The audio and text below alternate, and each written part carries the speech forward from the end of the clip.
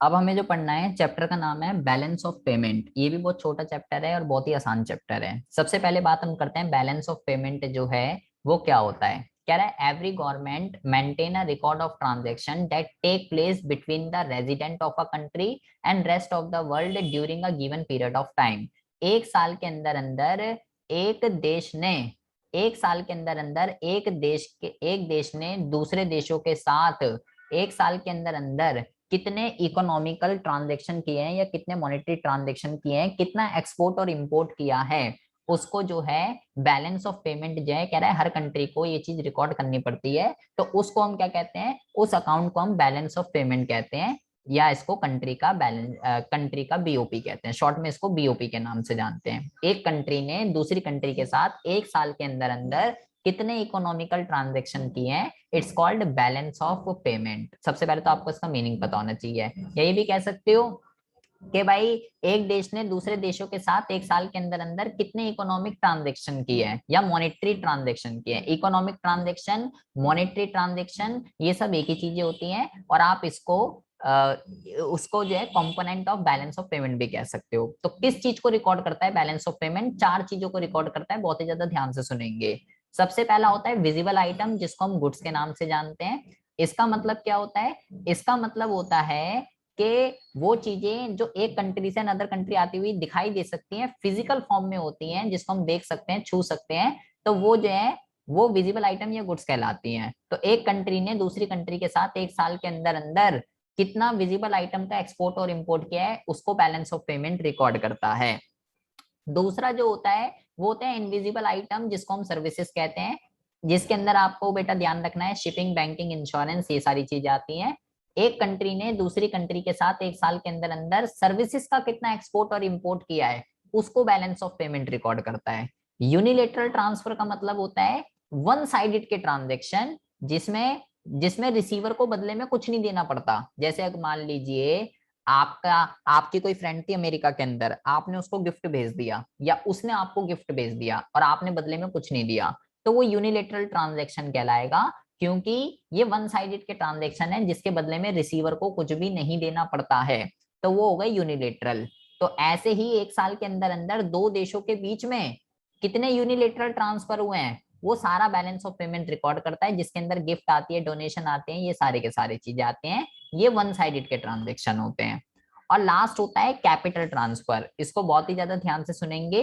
Capital transfer का मतलब होता है वो सारे के सारे ट्रांजेक्शन, बहुत ही ज्यादा ध्यान से सुनेंगे बेटा, वो सारे के सारे ट्रांजेक्शन जो कि कंट्री के एसेट और लाइबिलिटी पे इम्पैक्ट डालते हैं, एसेट और लाइबिलिटी पे इम्पैक्ट डालते हैं, वो जो है कैपिटल ट्रांसफर कहलाते हैं। आपको ये ध्यान रखना है, जो ये तीनों आइटम होते हैं, ये तीनों विजिबल, इनविजिबल, विजिबल, इनविजिबल और यूनिलेटरल, ये एसेट और लाइबिलिटी पे इम्पैक्ट नहीं डालते। और ये वाले जो होते हैं एसेट और लाइबिलिटी पे इम्पैक्ट डालते हैं। मान लो एक देश ने दूसरे देश से कोई मशीन खरीद ली या कोई मशीन बेच दी, तो वो कैपिटल ट्रांसफर का एग्जांपल कहलाएगा, क्योंकि इससे एसेट इम्पैक्ट हो रहा है। या लाइबिलिटी भी हो सकती है, लोन लेना, बोरोइंग्स वगैरह, ये अभी हम सारी पढ़ेंगे। जैसे लिखा है ना यहाँ पे बोरोइंग, तो बोरोइंग अगर मान लो एक देश ने दूसरे देश से कोई लोन ले लिया, सरकार ने या किसी ने भी, तो भाई उससे लाइबिलिटी पे इम्पैक्ट पड़ेगा, लाइबिलिटी क्रिएट हो जाएगी इससे। तो जो कैपिटल ट्रांसफर होते हैं उससे एसेट और लाइबिलिटी इफेक्ट पड़ती है कंट्री की, चाहे सरकार ने लिया हो या किसी कंट्री के किसी भी बंदे ने लिया हो, किसी कंपनी ने लिया हो, कुछ भी, जिससे कंट्री की एसेट और लाइबिलिटी पे इम्पैक्ट पड़ेगा वो कैपिटल है, जिससे नहीं पड़ेगा वो ये वाले हो जाते हैं। तो ये क्या है, ये इकोनॉमिकल ट्रांजेक्शन है या मॉनेटरी ट्रांजेक्शन है, और यही कंपोनेंट है। अब इस चीज को बेटा हम दो जगह क्लासिफाई कर सकते हैं। इसी चीज को, ये जो हमने चार आइटम पढ़े हैं, इसी चीज को हम दो जगह क्लासिफाई कर सकते हैं, ये भी हम आगे पढ़ेंगे। इसको आप ऐसे भी लिख सकते हो, चलो मैं ये बता देता हूँ। ये जो, अगर इसके कंपोनेंट पूछ ले आपसे, तो ये जो तीनों के तीनों होते हैं, ये बेटा ये आते हैं आपके करंट अकाउंट के अंदर, और ये जो होता है इसको कहते हैं कैपिटल अकाउंट। मतलब क्या हुआ? मतलब ये हुआ कि बैलेंस ऑफ पेमेंट जो है वो एक अकाउंट है, ठीक है, और इसके अंदर दो अकाउंट होते हैं। एक तो होता है आपका करंट अकाउंट, ठीक है, और एक होता है आपका कैपिटल अकाउंट। दो अकाउंट होते हैं इसके अंदर, करंट अकाउंट और कैपिटल अकाउंट। करंट अकाउंट में कौन से ट्रांजैक्शन आएंगे? ये तीनों वाले, विजिबल, इनविजिबल और यूनिलेटरल। और कैपिटल में कौन से आएंगे, वो सारे के सारे जो कंट्री के एसेट और लायबिलिटी को इफेक्ट कर रहे हैं, वो सारे कैपिटल के अंदर आएंगे। तो इसके अंदर जो है, इस बैलेंस ऑफ पेमेंट एक अकाउंट है जिसके अंदर दो अकाउंट है, ठीक है। उसके बाद है meaning of balance of payment accounting. अब अभी बैलेंस ऑफ पेमेंट पढ़ा, अब कह रहा है बैलेंस ऑफ पेमेंट अकाउंटिंग का मतलब क्या होता है। तो आपको ये ध्यान रखना है, the transaction are recorded in the balance of payment account in double entry book keeping. Each international transaction undertaken by the country will result in a credit entry and a debit entry of the equal amount. As international transactions are recorded in the double entry transaction, BOP accounting must always balance, that is total of debit must be total of credit. बेटा यहाँ पे आपको सबसे important चीज क्या ध्यान रखनी है, यहाँ पे आपको सबसे मोस्ट इंपॉर्टेंट ये ध्यान रखनी है। मैंने आपको बोला कि बैलेंस ऑफ पेमेंट जो है ना, बैलेंस ऑफ पेमेंट जो है वो एक अकाउंट है, ठीक है। मान लीजिए ये हो गई इसकी डेबिट साइड और ये हो गई इसकी क्रेडिट साइड, ठीक है। और उसने बोला कि बैलेंस ऑफ पेमेंट जो है ना, वो बेटा डबल एंट्री सिस्टम के अकॉर्डिंगली प्रिपेयर किया जाता है। डबल एंट्री सिस्टम वही हमारा अकाउंट्स वाला जो हमने पढ़ा था। क्या कहता है double entry system, double entry system ये कहता है कि debit side is always equal to credit side. तो आपको ये ध्यान रखना है कि जो बैलेंस ऑफ पेमेंट है ना, बैलेंस ऑफ पेमेंट जो है वो हमेशा बैलेंस रहता है, क्योंकि ये according to double entry system से प्रिपेयर किया जाता है। मतलब डेबिट में जितना अमाउंट होगा उतना ही अमाउंट जो है क्रेडिट, उतना ही अमाउंट क्रेडिट में होगा, इसलिए ये हमेशा बैलेंस रहता है। बैलेंस ऑफ पेमेंट हमेशा बैलेंस रहता है, हमेशा बराबर रहता है। जितना डेबिट में अमाउंट होगा उतना ही क्रेडिट में अमाउंट होगा, क्योंकि ये डबल एंट्री सिस्टम के अकॉर्डिंगली प्रिपेयर किया जाता है। एक नंबर का क्वेश्चन इसमें आ सकता है। अब बेटा एक एक नंबर का क्वेश्चन है, balance of trade. Balance of trade क्या होता है, इसको बीओटी कहते हैं, इसको बीओटी कहते हैं। अभी मैंने क्या पढ़ा था, अभी मैंने बीओपी पढ़ा। बीओपी क्या है, जो विजिबल, इनविजिबल, यूनिलेटरल और कैपिटल सारे ट्रांजेक्शन को रिकॉर्ड करेगा कि एक साल के अंदर अंदर एक कंट्री ने इन चारों चीजों का कितना एक्सपोर्ट किया, कितना इंपोर्ट किया, वो तो कहलाएगा ये बीओपी। लेकिन अब वर्ड है बीओटी। बीओटी का मतलब है it refer to the difference between value of export and import of visible goods only. Balance of trade जो है वो बेटा बैलेंस ऑफ पेमेंट का एक पार्ट होता है। कह रहा है वो जो केवल विजिबल गुड्स का कितना एक्सपोर्ट हुआ, कितना इंपोर्ट हुआ, जो केवल उस चीज को बताएगा वो बैलेंस ऑफ ट्रेड है। मतलब केवल ये फर्स्ट वाला, ये केवल विजिबल आइटम का, केवल गुड्स का कितना एक्सपोर्ट हुआ, कितना इंपोर्ट हुआ, उसको जो है बैलेंस ऑफ ट्रेड कहते हैं। ये आपको ध्यान रखना है। इसमें इनविजिबल, यूनिलेटरल और कैपिटल ये नहीं आते। Balance of trade balance of payment का एक कंपोनेंट है, छोटा सा बच्चा है, क्योंकि बैलेंस ऑफ पेमेंट तो चारों चीजों को रिकॉर्ड करता है और ये केवल विजिबल को बताता है, कितना एक्सपोर्ट हुआ और कितना इंपोर्ट हुआ। एक्सपोर्ट और इंपोर्ट का जो डिफरेंस है, ये बेटा फॉर्मूला भी है, ये फॉर्मूला भी है, इस पे क्वेश्चन भी बन जाता है एक नंबर का।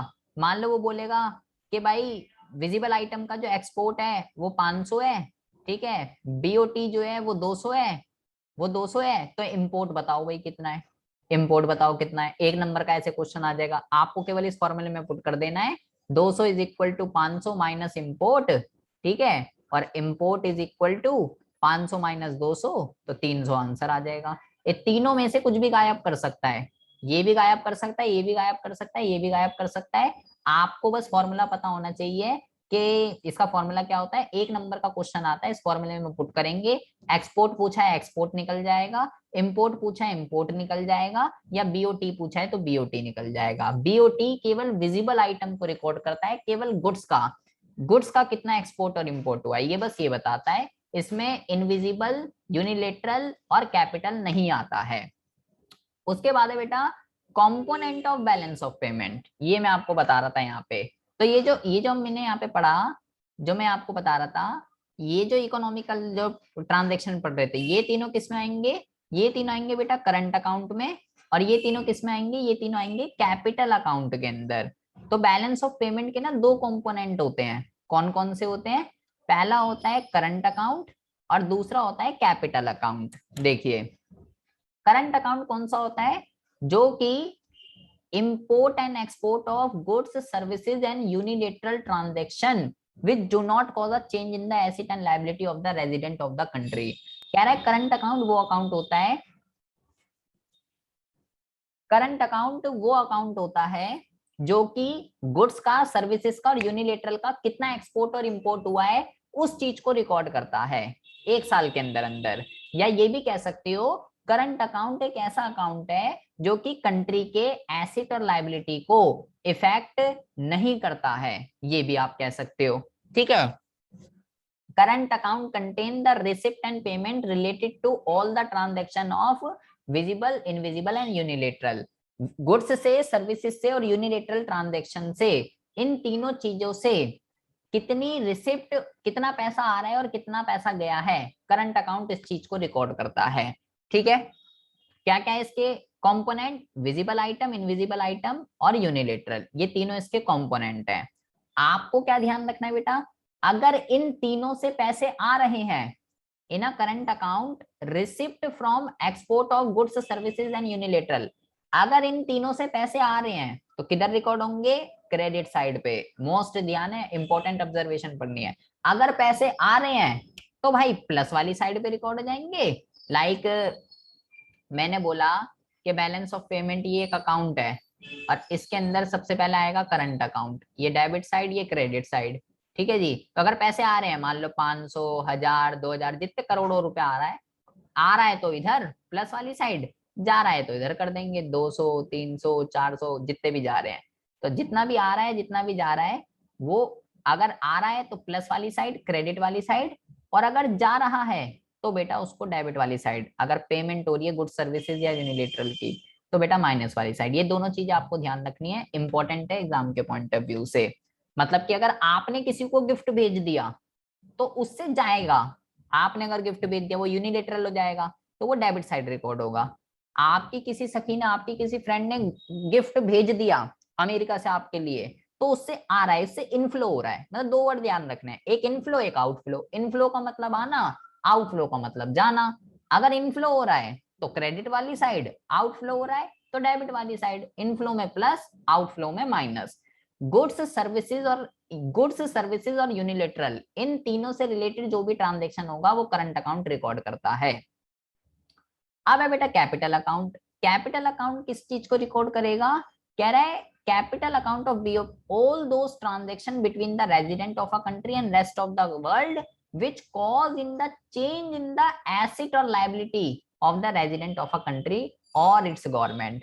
अगर देश की सरकार ने या लोगों ने कोई भी दूसरे देशों के साथ ऐसे ट्रांजेक्शन किए हैं जिससे कंट्री के एसेट और लायबिलिटी पे इफेक्ट पड़ रहा है, अगर कंट्री के एसेट और लायबिलिटी पे इफेक्ट पड़ रहा है तो वो बेटा कैपिटल ट्रांजेक्शन होगा। जैसे ये मान लो इंडिया की किसी कंपनी ने दूसरे देश से कोई मशीन खरीद ली, कैपिटल ट्रांजेक्शन है। कोई मशीन बेच दी, कैपिटल ट्रांजेक्शन है।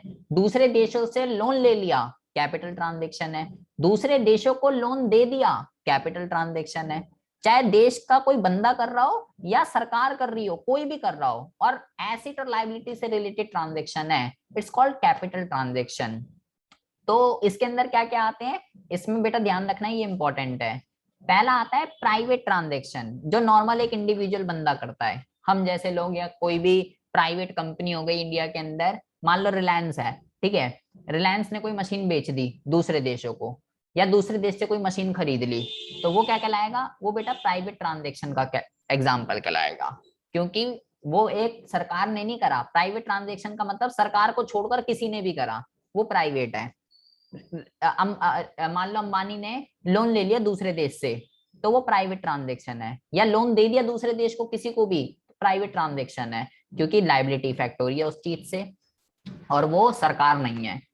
ऑफिशियल ट्रांजेक्शन का मतलब क्या होता है, जो सरकार ने किए, सेम वही चीज अगर सरकार कर रही है, सरकार दूसरे देश से लोन ले ले, सरकार दूसरे देशों को लोन दे दे, ऑफिशियल ट्रांजेक्शन है।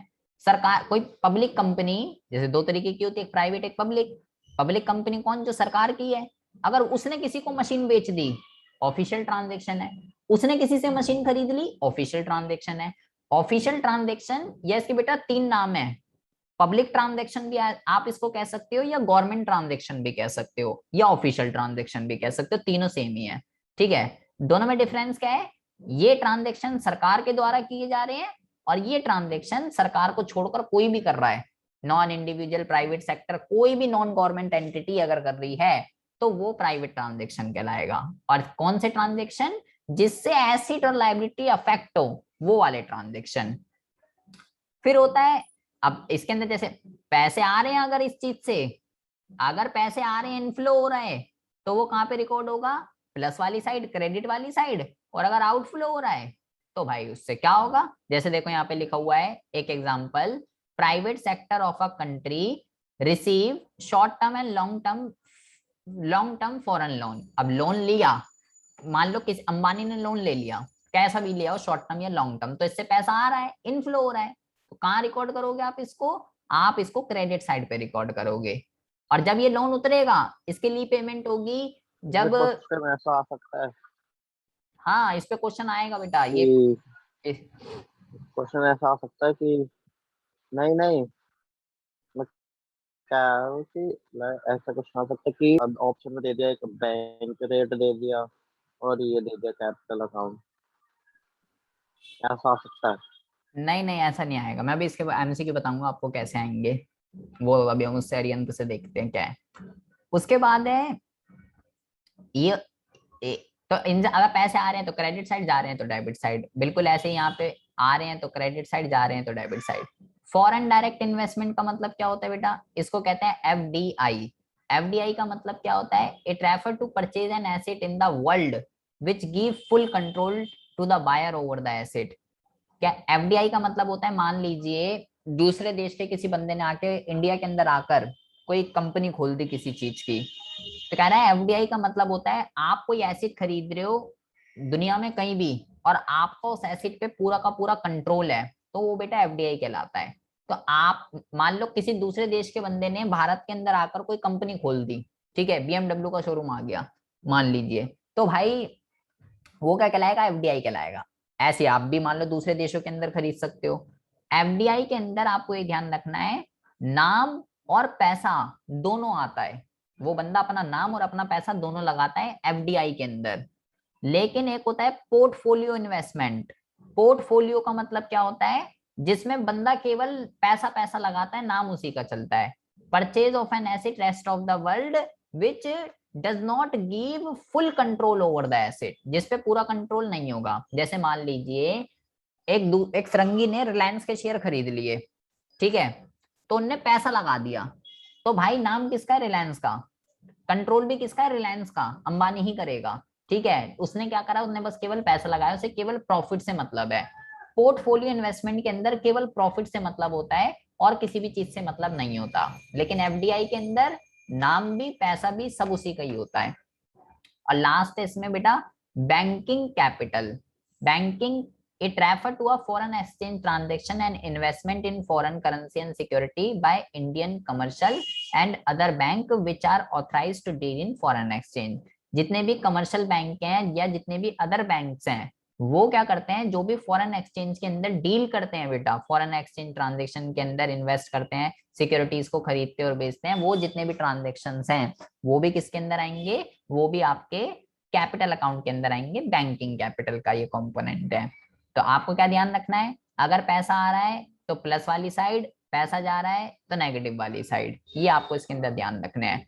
तो इसके बेटा दो कंपोनेंट हैं, करंट अकाउंट और कैपिटल। करंट के अंदर तीन, विजिबल, इनविजिबल, यूनिलेटरल, और कैपिटल के अंदर मैंने आपको बता दिए 5 पॉइंट आते हैं इसके अंदर, कि भैया क्या क्या है। पैसा आ रहा है तो प्लस वाली साइड, क्रेडिट वाली साइड, जा रहा है तो आपका डेबिट वाली साइड। उसके बाद अब वैसा तो सारा थ्योरेटिकल है, लेकिन एग्जाम के पॉइंट ऑफ व्यू से थोड़ा सा बस रफली ये तो ध्यान रखना है बेटा, ये सबसे इंपॉर्टेंट है। ऑटोनॉमस आइटम और एक्यूमुलेटिंग आइटम जो हैं वो क्या होते हैं, ये एग्जाम के पॉइंट ऑफ व्यू से इंपॉर्टेंट है। ऑटोनॉमस आइटम की अगर हम बात करें, कहता है these refer to economic transaction which take place due to some economic motive and profit maximisation. वो सारे के सारे ट्रांजेक्शन, हमने अभी 4 इकोनॉमिकल ट्रांजेक्शन पढ़े हैं बेटा, पहला है विजिबल, दूसरा इनविजिबल, तीसरा यूनिलेटरल और चौथा कैपिटल। अगर वो चारों में से कोई सा भी ट्रांजेक्शन अगर प्रॉफिट मोटिव से किया जा रहा है, प्रॉफिट मोटिव से, चाहे एक्सपोर्ट हो चाहे इंपोर्ट हो, कुछ भी हो, अगर बेटा प्रॉफिट मोटिव से किया जा रहा है तो भाई वो क्या कहलाएगा, वो कहलाएगा ऑटोनोमस। जो प्रॉफिट अर्न करने के ऑब्जेक्ट से किए जा रहे हैं, चाहे विजिबल का एक्सपोर्ट इंपोर्ट हो, इनविजिबल का एक्सपोर्ट इंपोर्ट हो, यूनिलेटरल का कुछ हो या कैपिटल का कुछ भी हो, कुछ भी हो, अगर प्रॉफिट अर्न करने के ऑब्जेक्ट से अगर किए जा रहे हैं तो वो ऑटोनोमस कहलाते हैं। और जो प्रॉफिट मोटिव से नहीं किए जा रहे, जिनका ऑब्जेक्ट प्रॉफिट अर्न करना नहीं है, नॉट मैक्सिमाइज टू प्रॉफिट, वो एक्यूमुलेटिंग कहलाते हैं। सबसे पहला आपको ये ध्यान रखना है, ऑटोनोमस का जो नाम है दूसरा अबव द लाइन है और इसका दूसरा नाम बिलो द लाइन है, ये इनका दूसरा नाम है। ऑटोनोमस को अबव द लाइन भी कहते हैं, एक्यूमुलेटिंग को बिलो द लाइन भी कहते हैं। एंड ऑटोनोमस आइटम जो है, मैंने बोला वो ट्रांजैक्शन जो प्रॉफिट अर्न करने के ऑब्जेक्ट से किए जा रहे हैं, ये बेटा कोई सा भी हो सकता है चारों के चारों में से, गुड्स का, सर्विसेज का, यूनिलेटरल का, या क्या कहते हैं कैपिटल का, कोई सा भी हो सकता है। मतलब ये करंट अकाउंट और कैपिटल अकाउंट दोनों में डील करते हैं। कोई सा भी ट्रांजेक्शन होता है, करंट अकाउंट में 3 आते हैं, गुड्स गुड्स सर्विसेज और यूनिलेटरल, और कैपिटल में बताया मैंने अभी आपको कौन कौन से आते हैं। तो कोई भी ट्रांजेक्शन जिससे आपको प्रॉफिट हो रहा है, आपने वो कर दिया, तो वो ऑटोनोमस कहलाएगा और ये कहीं भी डील कर सकता है, करंट और कैपिटल कहीं भी। लेकिन बेटा जो एक्यूमुलेटिंग होते हैं, जो प्रॉफिट के ऑब्जेक्ट से नहीं किए जाते, जो प्रॉफिट के ऑब्जेक्ट से नहीं किए जाते, वो क्या कहलाते हैं, वो कहलाते हैं एक्यूमुलेटिंग। और ये बेटा केवल कैपिटल अकाउंट में डील करते हैं, इसका ना केवल एक ही ऑब्जेक्ट होता है। एक्यूमुलेटिंग आइटम के अंदर आपको क्या ध्यान रखना है, एक्यूमुलेटिंग आइटम के अंदर आपको ये ध्यान रखना है कि इसका जो है केवल एक ही ऑब्जेक्ट है, बैलेंस ऑफ पेमेंट को बैलेंस करना। ठीक है, अगर आपका जो बैलेंस ऑफ पेमेंट है, अगर उसके वो बराबर नहीं आ रहा, तो उसको बैलेंस करने के लिए जितने भी ट्रांजेक्शन किए जाते हैं वो एक्यूमुलेटिंग कहलाते हैं। अभी मैंने आपको क्या अभी मैंने आपको क्या बताया बेटा पीछे, अभी मैंने आपको ये बताया कि जो बैलेंस ऑफ पेमेंट जो होता है, बैलेंस ऑफ पेमेंट जो है वो डबल एंट्री सिस्टम के अकॉर्डिंगली प्रिपेयर किया जाता है, इसलिए हमेशा बराबर में रहता है। मतलब अगर यहाँ अगर 2 लाख है तो यहाँ भी 2 लाख होगा। ठीक है, ये बताया मैंने आपको कि भाई debit side is always equal to credit side. तो ये तो आपको ध्यान रखना है कि भाई बैलेंस ऑफ पेमेंट हमेशा बैलेंस रहता है, क्योंकि डबल एंट्री सिस्टम के अकॉर्डिंगली प्रिपेयर किया जाता है। लेकिन बेटा अपना आप थोड़ी ना बैलेंस हो जाएगा, अपना आप कैसे कैसे एक्सपोर्ट और इंपोर्ट ऐसे कैसे अपना आप आपस में बराबर हो जाएंगे, अपना आप बराबर नहीं होते, बराबर करना पड़ता है। तो मान लीजिए रियल लाइफ में इक्विलिब्रियम पे नहीं होता balance of payment, real life में तो कैसा होता है, रियल लाइफ में तो डिसइक्विलिब्रियम का होता है, या तो एक्सपोर्ट ज्यादा होगा या इंपोर्ट ज्यादा होगा।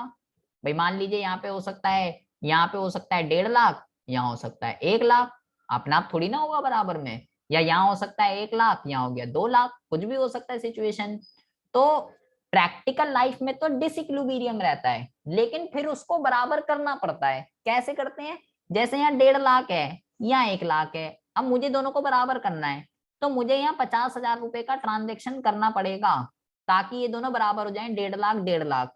तो ये जो 50,000 का ट्रांजेक्शन हुआ बैलेंस ऑफ पेमेंट को बराबर करने के लिए, ये ट्रांजेक्शन बेटा एक्यूमुलेटिंग कहलाएगा। और ये ट्रांजेक्शन केवल कैपिटल अकाउंट से डील करेगा, केवल कैपिटल अकाउंट से। एक्यूमुलेटिंग आइटम का केवल एक ही ऑब्जेक्ट है, प्रॉफिट नहीं करना, इसको बैलेंस करना है, बैलेंस ऑफ पेमेंट को। तो ये बराबर हो जाएगा, क्योंकि ये तो डबल एंट्री सिस्टम से बनता है, तो इस अकाउंट को बराबर करने के लिए जरूरत भी नहीं है यहाँ 50,000 की, यहाँ जरूरत नहीं है ट्रांजेक्शन करने की। लेकिन क्योंकि ये बराबर रहता है, इसलिए मुझे ये 50,000 का ट्रांजेक्शन करना पड़ेगा, जबरदस्ती करना पड़ेगा, क्योंकि मुझे जरूरत है यहाँ पे। अब मान लो उल्टा हो जाए, अगर मान लीजिए यहाँ पे हो जाए 2 लाख, यहाँ पे हो जाए 2 लाख, यहाँ हो गया एक बार और समझा देना, ये समझ ही नहीं आ रहा। देखो दोबारा से समझेंगे। मैंने बोला 2 तरीके के ट्रांजेक्शन होते हैं, एक होता है ऑटोनोमस, एक होता है एक्यूमुलेटिंग। ऑटोनोमस कौन से होते हैं, आपको बस ये ध्यान रखना है कि भाई ऑटोनोमस वो होते हैं जो प्रॉफिट अर्न करने के ऑब्जेक्ट से किए जाते हैं। मैंने आपको पीछे 4 कंपोनेंट बताया आपको, एक होता है बेटा गुड्स का, सर्विसेज, यूनिलेटरल और कैपिटल। उन चारों का एक्सपोर्ट और उन चारों का इंपोर्ट अगर उन चारों में से किसी के भी एक्सपोर्ट से और किसी के भी इंपोर्ट से अगर आपको प्रॉफिट हो रहा है, आपको दिख रहा है हार्डली प्रॉफिट हो रहा है, एक्सपोर्ट हो या इंपोर्ट हो कुछ भी हो, आपने वो ट्रांजेक्शन कर दिया तो वो ऑटोनोमस कहलाएगा। और वो ट्रांजेक्शन जो प्रॉफिट मोटिव से नहीं किए जाते वो एक्यूमुलेटिंग कहलाते हैं। तो मैंने बोला, अभी हमने पीछे पढ़ा कि बैलेंस ऑफ पेमेंट हमेशा इक्विलिब्रियम पे रहता है, बराबर रहता है, क्योंकि डबल एंट्री सिस्टम के अकॉर्डिंगली प्रिपेयर किया जाता है। तो मान लीजिए ये बैलेंस ऑफ पेमेंट है, ठीक है। तो अब बेटा अपने आप बराबर नहीं आएगा भाई, ये डेबिट साइड ये क्रेडिट साइड, ठीक है। रियल लाइफ में, प्रैक्टिकल लाइफ में वो डिसइक्विलिब्रियम का होता है, अपने आप बराबर नहीं आएगा, ठीक है। कहीं अपना बराबर आ जाए कि अगर यहाँ 2 लाख यहाँ भी 2 लाख, अपना आप नहीं आएगा बराबर। रियल लाइफ में तो कैसा होगा, या तो डेबिट वाली साइड ज्यादा होगी क्रेडिट वाली से, या डेबिट वाली साइड कम होगी क्रेडिट वाली से। रियल लाइफ में ऐसा होता है, इसको डिसइक्विलिब्रियम कहते हैं। जैसे मान लो मैंने बोला यहाँ 2 लाख यहाँ 1 लाख, अब मुझे दोनों को बराबर करना है, तो दोनों बराबर कैसे होंगे? दोनों को बराबर करने के लिए, यहाँ 2 लाख है यहाँ 1 लाख है, दोनों को बराबर करने के लिए यहाँ 1 लाख रुपए की जरूरत है। तो मुझे ये 1 लाख का ट्रांजेक्शन करना पड़ेगा, मैं कुछ भी करूं, मुझे यहाँ 1 लाख का। इसमें डेबिट और क्रेडिट से डेबिट और क्रेडिट सेम होते हैं। नहीं बेटा, डेबिट और क्रेडिट सेम नहीं होते यार। हम जो अकाउंट्स बनाते हैं अकाउंट्स, बराबर।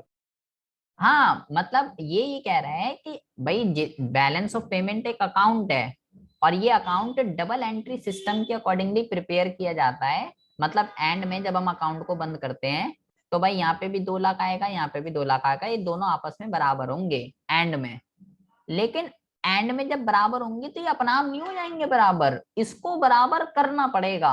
अब मान लो मैंने 1 साल के अंदर अंदर डेबिट में इतना ट्रांजेक्शन किया, क्रेडिट में इतना किया, तो यहाँ 2 लाख आ रहा है यहाँ 1 लाख आ रहा है, तो ये तो बराबर नहीं हुए, मुझे तो बराबर करने हैं दोनों।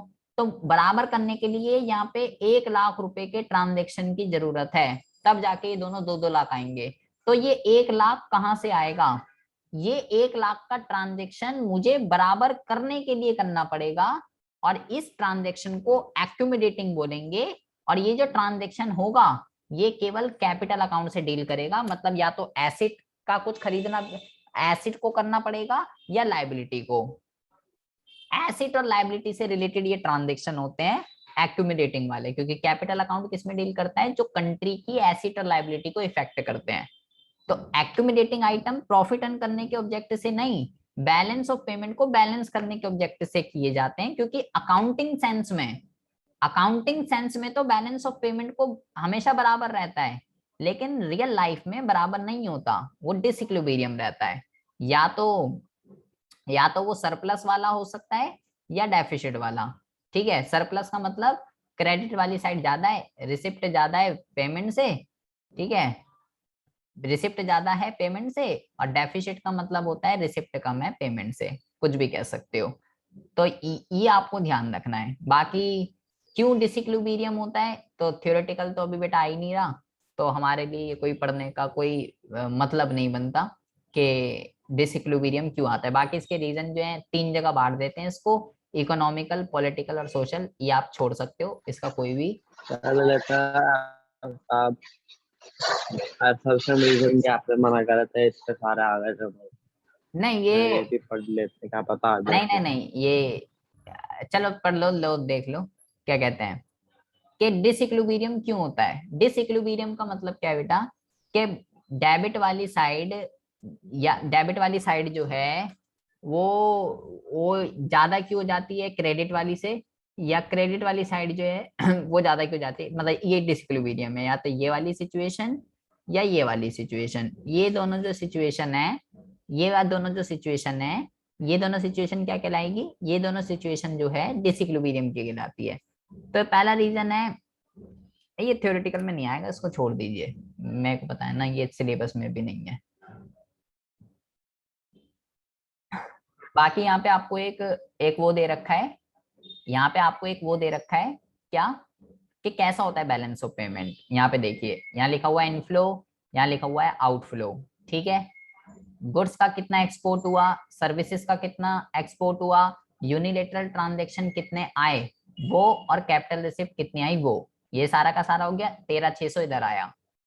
इंपोर्ट कितना हुआ, गुड्स का कितना इंपोर्ट हुआ, सर्विसेज का कितना हुआ, यूनिलेटरल का कितना हुआ, और कैपिटल पेमेंट कितनी हुई, ये हो गया 13,600। यहाँ पे क्या लिखा हुआ है, अकाउंटिंग सेंस में, यहाँ पे क्या लिखा हुआ है, अकाउंटिंग सेंस में, तो देखो दोनों आपस में बराबर आ रहे हैं।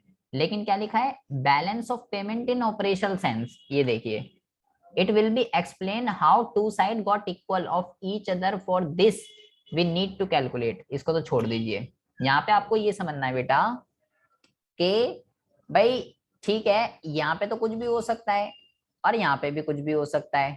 ये 13,600 आपस में बराबर कैसे आ गए, ये अपना आप बराबर नहीं होंगे। ये वाला जो ट्रांजेक्शन है, ये वाला रिसिप्ट एंड पेमेंट, ये करंट अकाउंट है, ये करंट है, और ये कैपिटल है, ठीक है। ये करंट अकाउंट है और ये कैपिटल अकाउंट है। तो ये बराबर कैसे आ गए, अगर इधर जरूरत है तो कैपिटल रिसिप्ट का ट्रांजेक्शन करना पड़ेगा, और अगर इधर पैसे कम आ रहे हैं, जैसे आप ये समझो, जैसे मान लो हम बनाते हैं मशीन अकाउंट, ठीक है। तो हम मशीन अकाउंट बनाते हैं, ठीक है। इधर लिखते हैं टू बैलेंस BD, ठीक है। यहाँ लिख दिया 5 लाख, ठीक है। फिर इधर कुछ लिख दिया डेप्रिसिएशन 1 लाख। फिर हम क्या करते हैं इधर 5 लाख है, तो इधर भी 5 लाख लाने के लिए हम क्या करते हैं, CD 4 लाख, और फिर ये कर देते हैं 5 लाख, ऐसे करते हैं। अकाउंट्स के अंदर हम क्या करते हैं कि CD कर देते हैं, कैरेट डाउन। लेकिन यहाँ पे बराबर करने के लिए CD नहीं करना, यहाँ पे बराबर करने के लिए हमें दो चीजों का सहारा लेना पड़ता है। जैसे अकाउंट्स में तो CD डेबिट साइड भी कम आ जाता है, क्रेडिट साइड भी कम आ जाता है। यहाँ भी CD लिख देते हैं, यहाँ भी CD लिख देते हैं।